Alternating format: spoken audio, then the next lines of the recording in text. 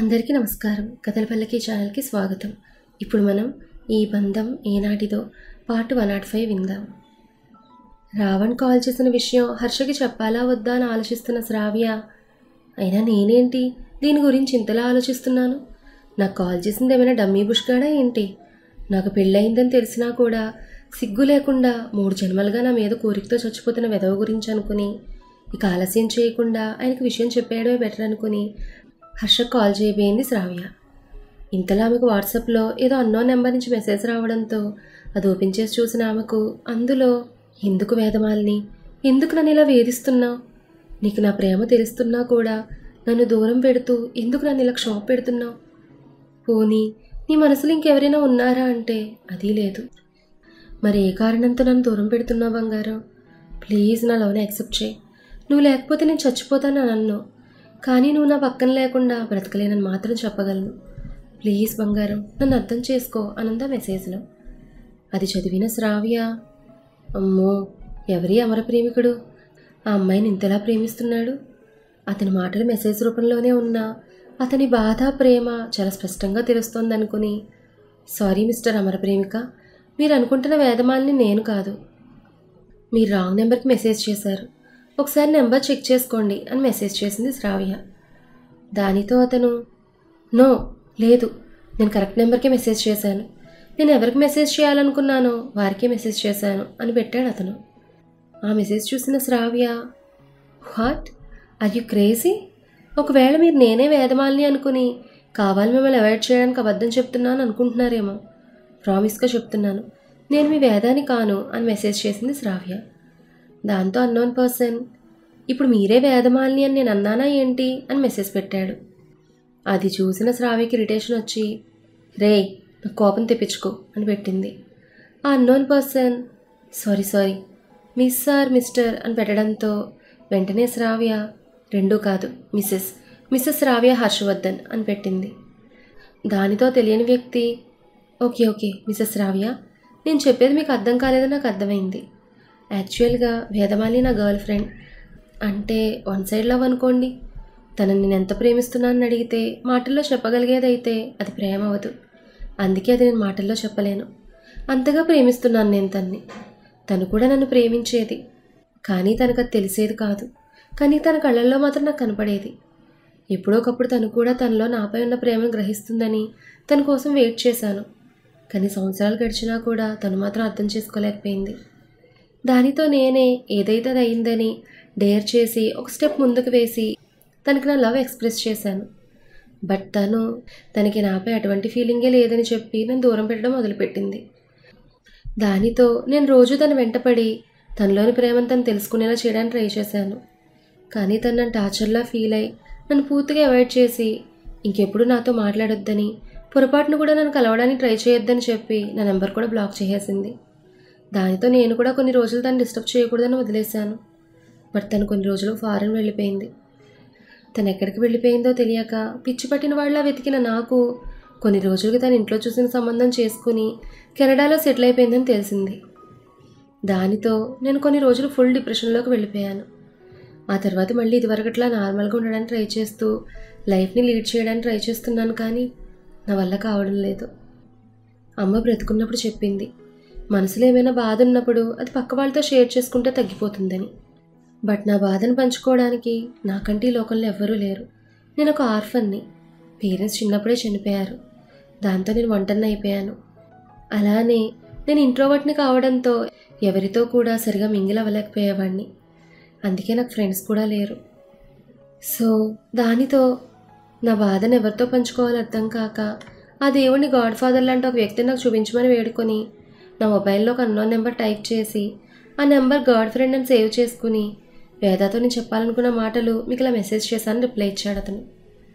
అదంతా చదివిన శ్రావ్య అతను అనాథ అనడం, తన బాధను పంచుకోవడానికి కూడా తనకి ఎవరూ లేరని అనడంతో అతని పట్ల శ్రావ్యకు చాలా బాధ జాలి ఏర్పడ్డాయి. మళ్ళీ అతనే, దయచేసి నన్ను అనుమానించి నన్ను తప్పుగా అనుకోకండి, నేను చెప్పిందంతా నిజంగానే నేను మిమ్మల్ని ఆ దేవుడు నాకు ఇచ్చిన గాడ్ ఫ్రెండ్గా ఫీల్ అవుతున్నాను. ఇన్ఫ్యాక్ట్ మీరు అమ్మాయి అని తెలియగానే మిమ్మల్ని అమ్మలా ఫీల్ అవుతున్నాను అని మెసేజ్ చేశాడు అతను. అది చదివిన శ్రావ్య తన ప్రమేయం లేకుండానే తనకొస్తున్న కన్నీళ్లను తుడుచుకుంటూ, నీ ప్రేమ అనంతం. అలాంటి నీ ప్రేమను చూడకుండా నేను మిస్ చేసుకున్న అమ్మాయి చాలా దురదృష్టవంతురాలు. చూడు బంగారం, నువ్వన్నట్టుగా ఈ రోజు నుంచి నేనే నీ గర్ల్ ఫ్రెండ్, మదర్, ఫాదర్ అన్నీ కూడా. ఇకపై నీకెవరూ లేరనుకోకు. నీకు నేను మా వారు ఉన్నాం. ఒకసారి నాకు కాల్ చేయి, నీతో మాట్లాడాలని ఉంది. అండ్ నీ ఫోటో కూడా పెట్టు. అలానే అమ్మాయిది కూడా అని మెసేజ్ చేసింది శ్రావ్య. శ్రావ్య మాటలకా తెలియని వ్యక్తి, చెప్పాగా గర్ల్ ఫ్రెండ్, నేను ఎవరితో కూడా త్వరగా మింగిల్ అవ్వలేనని. అందుకే నా కొలీగ్స్ నైబర్స్తో కాకుండా ఎవరో కూడా తెలియని నీతో నా బాధను షేర్ చేసుకుంటున్నాను. అందుకే మీరు నా గురించి ఏం అడగకండి. నేను కూడా మీ ఫోటో కానీ మీ డీటెయిల్స్ కానీ ఏం అడగనని రిప్లై ఇవ్వడంతో అది చదివిన శ్రావ్య తన మనసులో, అవును అది నిజమే, ఇంట్రోవర్స్ ఎవరితో కూడా త్వరగా కలవలేరు అండ్ మనుషులంటే కాస్త భయస్తులు కూడా. అలాంటి ఎవరో కూడా తెలియని నాకు తన ఐడెంటిటీ ఎలా చెప్తాడనుకుని, సర్లే బంగారం నీ ఇష్టం, నీకు ఎప్పుడు చెప్పాలనిపిస్తే అప్పుడే నీ గురించి చెప్పు, నేను కూడా నా గురించి అప్పుడే చెప్తాను. అండ్ ఇక నువ్వు అమ్మాయి గురించి మర్చిపోయి నీ ఫ్యూచర్ మీద ఫోకస్ చేయి. ఆ దేవుడు నీకోసం స్పెషల్గా డిజైన్ చేసిన అమ్మాయిని నీ దగ్గర పంపిస్తాడు, సరేనా అని మెసేజ్ పెట్టింది శ్రావ్య. లేదు గాడ్ ఫ్రెండ్, అంతకన్నా ముందు నీకు నా లవ్ స్టోరీ మొత్తం చెప్పాలనుకుంటున్నాను. నేను తను ఎంత లవ్ చేశానో కూడా చెప్పాలనుకుంటున్నాను. అదంతా విన్న తరువాత నా ప్రేమలో ఏమైనా ఫాల్ట్ ఉంటే చెప్పు. ఆ తర్వాత నా లైఫ్పై ఫోకస్ చేసుకుని నా లైఫ్లోకి వచ్చే అమ్మాయి విషయంలోనైనా ఆ పొరపాటు చేయకుండా ఉంటాను మెసేజ్ చేశాడో తెలియని వ్యక్తి. నువ్వు స్టార్టింగ్లో పెట్టిన మెసేజ్లోనే నీ ప్రేమ నాకు తెలిసింది బంగారం. అయినా పర్వాలేదులే, నువ్వు అన్నట్టుగానే లవ్ స్టోరీ అంతా విని నువ్వు చెప్పినట్టుగానే చేస్తాను. అండ్ ప్రజెంట్ నేను కాస్త బిజీగా ఉన్నాను, సో తర్వాత నువ్వు నాకు మెసేజ్ చేయి, ఓకేనా అని పెట్టడంతో ఆ తెలియని వ్యక్తి, okay okay please carry on, wrong టైంలో డిస్టర్బ్ చేసినట్టున్నాను, ఐఎమ్ సారీ గాడ్ ఫ్రెండ్ అని రిప్లై ఇచ్చి ఆఫ్లైన్లోకి వెళ్ళిపోయాడు అతను. అతనితో చాటింగ్ చేసి మళ్ళీ హర్ష కాల్ ట్రై చేసిన శ్రావ్య అతను ఎంతకీ లిఫ్ట్ చేయకపోవడంతో విసిగెత్తిపోయి వాళ్ళ ఇంటి ఎదురుగా ఉన్న పార్కులోకి వెళ్ళి పిల్లల దగ్గర ఒక ఉయ్యాలు తీసేసుకుని స్లోగా ఊగుతూ హర్ష గురించి ఆలోచిస్తోంది పరధ్యానంగా. ఇంతలో ఎవరో తను కూర్చుని ఉయ్యాలను ఒక్కసారిగా ఫాస్ట్గా ఊపడంతో తన ఆలోచన నుంచి తేరుకున్న శ్రావ్య దాన్ని గట్టిగా పట్టేసుకుని, రే ఎవర్రా ఇంత గట్టిగా ఊపేది అంటూ వెనక్కి తిరిగి చూడడానికి ట్రై చేసింది. కానీ ఆ వేగంలో తన వల్ల కాక, రే చింటుగా, నాకు బాగా తెలుసది నువ్వేనని, బండ సచ్చినోడా, ఇప్పుడు కానీ నువ్వు ఆపలేదే అనుకో, దిగాక నీ గుండు పగలగొడతాను వెధవా అని అరుస్తోంది శ్రావ్య.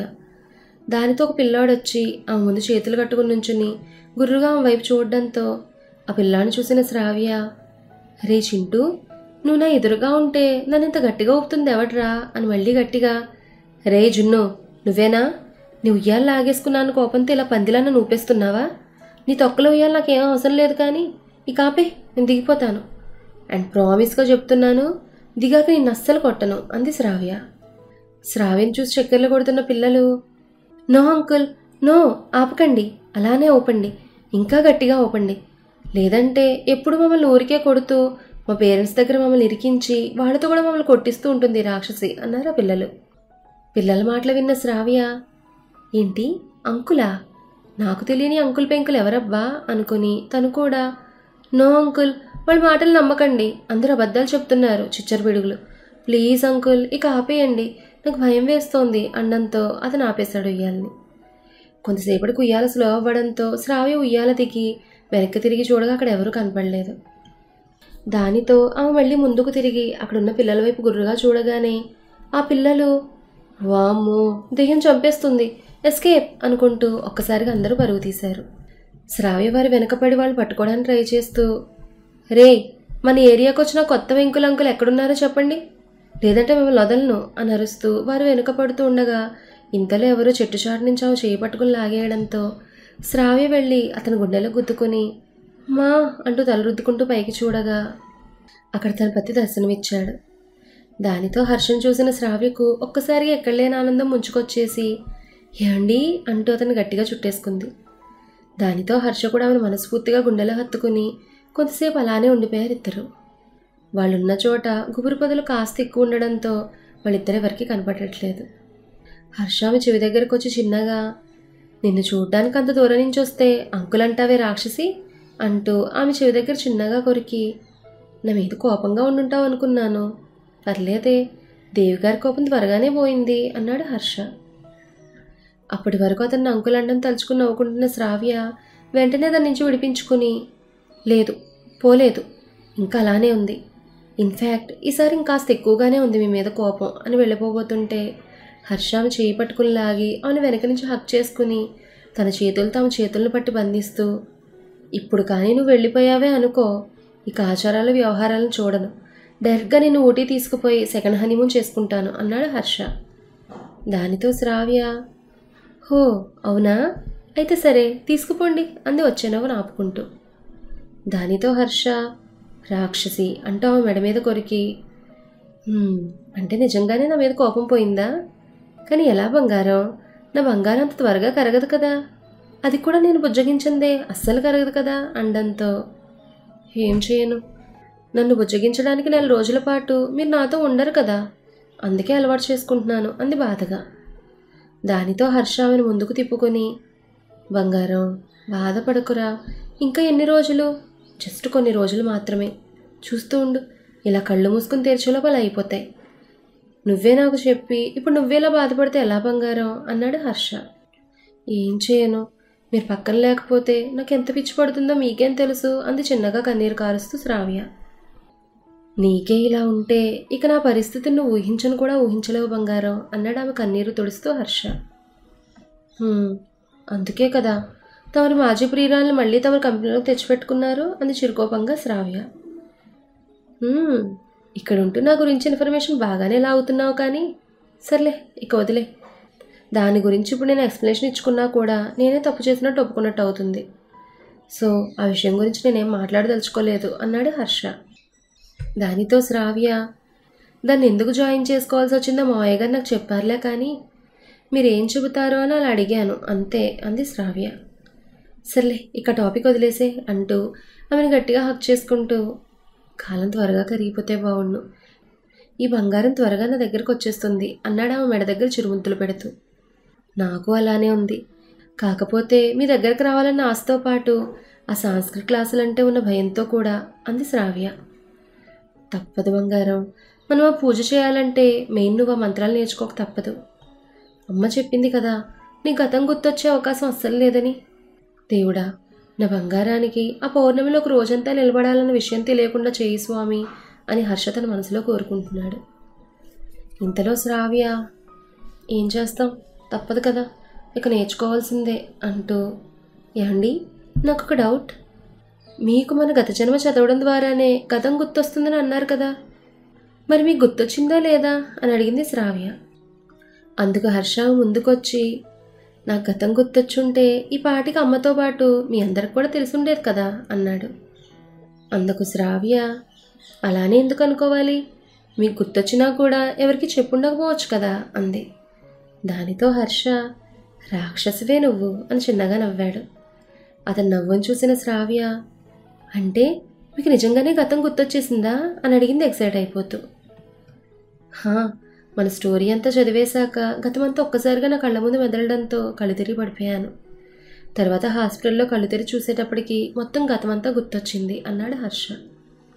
దానితో శ్రావ్య, హో అవునా, అయితే ఆ జన్మలో నేను ఎలా ఉండేదాన్నో, ఎంత అందంగా ఉండేదాన్నో చెప్పండి, అలానే మీకు నేను నచ్చానో లేక నేను నచ్చానో కూడా ఫ్రాంక్గా చెప్పేయండి, అది కూడా నేనే కాబట్టి నేను పెద్దగా ఫీల్ అవను అంది శ్రావ్య.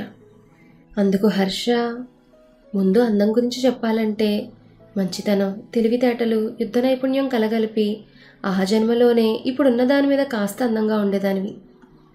ఇక నచ్చడం గురించి అంటే ఆ జన్మలో ఉన్న సౌదామిని ఒక వేరవనదైనా కూడా వాడు తన్నేదో చేసేశాడనుకుని ఏం జరుగుంటుందో కూడా ఆలోచించకుండా సముద్రాలు ఇంకిపోయేలా ఏడుస్తూ కూర్చుంది. కానీ అదే సిచ్యువేషన్ ఈ జన్మలో నీకు వచ్చుంటే ముందు ఆలోచించడం ఏమో కానీ నార్మల్ అమ్మాయివై నువ్వు ఏమాత్రం భయపడకుండా ఆ వెధవని చీల్చి చెండాడేసి ఉండేదానివి. అందుకే అప్పటి సౌదామిని కన్నా ఇప్పటి ఈ రాక్షస అంటే నాకు ఎక్కువ ఇష్టం అన్నాడు ఆమె చెంపను ముద్దిస్తూ హర్ష. దానితో శ్రావ్య తను తల పట్టుకుని పీకుతూ, జాదు మీరు, అందుకే తెలివిగా మా ఇద్దరికి ఒక్కొక్క క్వాలిటీ ఇచ్చేసి తప్పించేసుకున్నారు అంటూ, అవునండి ఇంతకే రాక్షసుడెవరు, మనకు తెలిసిన వాడేనా లేదంటే ఎవరైనా కొత్తవాడే ఉంటాడా అని అడిగింది.